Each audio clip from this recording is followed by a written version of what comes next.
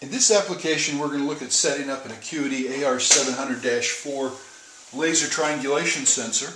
And here you can see I've got the laser mounted on an aluminum block with a granite stage. If possible, you can see my mounting's probably not as sturdy as it should be, and I would normally try to use a steel block because the aluminum expands more in the heat. I have let this run for about 25 minutes to stabilize the measurement, and here you can see we're holding that digital resolution of well within 1/10 of a thousandths. And so what we're going to do is, here you can see that in this 4-inch range I'm at the very far end of the range, and that's typically not as accurate out there at the far end of the range. Normally, to get more accuracy, if you keep it closer to the laser, the spot will cover more pixels and it'll be actually more accurate. So what we're going to do here is we're going to zero the laser out using our little touch panel display, and I've set it up to show 4 digits, and we're in English units. And let's see where we're at. This is a 1/2-inch Mitutoyo white Serra block. I would always recommend using the white ceramic gauge blocks. And as we put it in, you can see right on the button, which is normally does not happen that way. And let's take, if you take a steel gauge block and it's got a mirrored finished surface, try not to use these, because what happens is, as you can see, we've introduced a lot of noise on this surface because of the finish. It's a mirror finish. Most of the light's going straight back up into the laser, and it creates a sort of a speckle effect for the camera to look at. So try not to use stainless steel blocks. And here, let's put our 1/2-inch on top of the other 1/2-inch, and you can see here we're doing a pretty good job without doing any kind of calibration.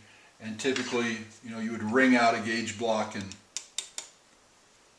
you can see I'm forcing it down on top of the other gauge block and coming right out. I'm well within 2/10, much better than my spec. And let's put a 10mm on here, which is 39.37, and once again coming out well within 4/10. I mean, normally it doesn't happen that easy or that well.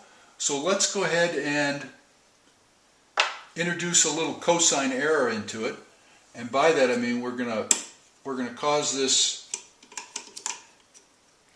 We're going to put probably about a 3 or 4 degree offset in here, and you can see here it's already moved at 11 thousandths of an inch. So what do you do in this circumstance when we come in, we zero it out, and this is sort of an exaggeration, and so now you can see, instead of that right on the 1/2-inch, we're off 1/1000th of an inch. We're right at our spec level, just being that much off. And on a 1-inch model, once again we're off at 1/2 an inch. So kind of gives you an idea what that cosine error can do. Let's try to correct that. And if we go into the setup with the touch panel, and let's go into settings, password is 2468. And let's go into more and calibrate 1. And so here's telling us to aim the sensor at the home position, the furthest away. We touch the screen, and we're going to put our gauge blocks in, touch the screen, and then we're going to enter in this number, 4 decimal places, and we're going to save it. So now let's go into the run, laser on, and let's take this away, zero it out one more time, and we'll see how that calibration worked. So that calibration has corrected it well within better than half our spec.